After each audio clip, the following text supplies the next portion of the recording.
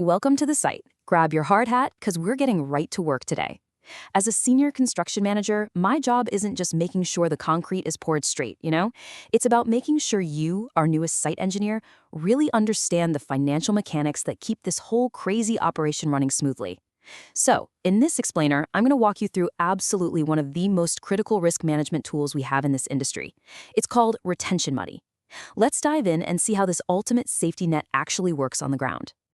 So as you start reviewing paperwork, you're going to notice something pretty fast. You'll see like 5 to 10% just deducted straight from the contractor's interim payment certificates, their IPCs. And you're probably going to look at that and think, wait a minute, why on earth are we withholding their hard-earned cash when they've literally completed the work for that month? It kind of seems totally counterintuitive at first glance, right? Well, there's actually a massive misconception floating around the job site. Honestly, even some experienced contractors get this wrong. They think this deduction is some kind of penalty or punishment. But let me tell you, that's completely a myth. The reality? Retention money is a built-in security guarantee. We're not holding their money to be the bad guys. We're holding it in trust. It's how we guarantee that the promises they made in the contract are actually delivered in the physical building. Okay, reason number 1, quality assurance and hidden defects. Let's get right into it. Think about the day we finally cut the ribbon.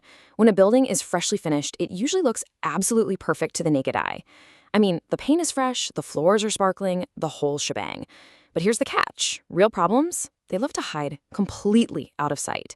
A lot of structural and finishing defects literally don't show up until the building systems are flipped on, pressurized, and actually dealing with the daily wear and tear of real people using it.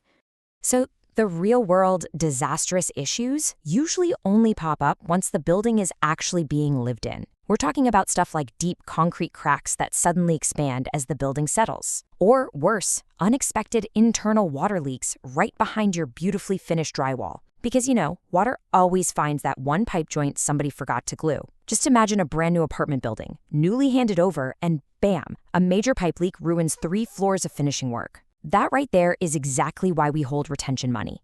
It's our shield against those invisible flaws. Which leads us perfectly to reason number 2, the Defects Liability Period. Let's look at what that means. You are going to hear us refer to this constantly on site as the DLP. The DLP is basically a standard 1-year window that kicks in right after the project is completed. And during these 12 months, if those sneaky concrete cracks or water leaks we just talked about actually happen, the contractor is legally obligated to come back and fix them 100% on their own dime. It's essentially a trial run for the building, and they are still fully on the hook for how it performs. And man, this brilliantly illustrates the true power of retention. Because think about it. What happens if a contractor just ignores our calls? Or what if they've moved on to a way bigger, more lucrative project and just don't want the hassle of sending a crew back to fix one leaky pipe? Well, we don't panic. If the original contractor refuses to step up, the client just takes that retained money and uses it to hire a completely different crew to correct the defect. Simple as that. The client never, ever pays twice for the same work. All right, moving beyond just fixing post-handover defects. Reason number 3, preventing contractor abandonment. So I want you to imagine a scenario where we just pay the contractor 100% of their invoiced amount every single month, exactly as we billed. If they take all that cash early on, right when the heavy, highly profitable work is wrapped up, seriously, what is stopping them from just packing up their tools and walking right off the job? This is where our site strategy really comes together. Look, at the very tail end of a project, you're left with what we call the finishing works.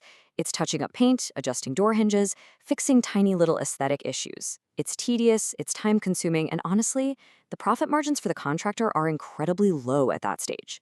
Without holding funds back, contractors are at a remarkably high risk of just abandoning those small tasks entirely. By holding back that 5 to 10% retention, we ensure they have a massive financial motivation to stay put until every single detail is perfect. They want that final check, for sure, so they finish the job. Okay, so now we know why we hold it. Let's shift gears to the return process and look at how we actually release these funds back. Remember, this is not lost money. The release happens in 2 very distinct, highly calculated phases. Let's say we're doing a standard 5% total holdback. Exactly half of that, so 2.5%, is released in Phase 1, literally the moment the project is 100% complete and they hand over the keys. Then, that final 2.5%, Phase 2, is returned only after the 1-year defects liability period completely wraps up. And of course, that's only if they've actually addressed any and all issues that popped up during that year. It's a fair, balanced system. It protects the client, but it also rewards the contractor for a job well done. All right, let's make this practical for you. Here is your milestone release checklist. Seriously, I want you to keep this checklist permanently attached to your clipboard.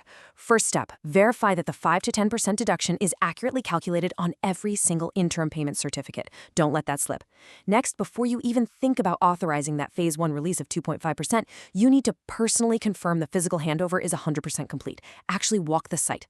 Third, once handover happens, your job is not done. You've got to monitor the site continuously during that 1-year DLP. Fourth, if you spot any cracks or leaks, you enforce those repairs immediately. Don't wait. And finally, only when the DLP is completely over and the site is in perfect shape do you authorize that Phase 2 final release. If you follow this to a T, you will never expose your project to unnecessary financial risk.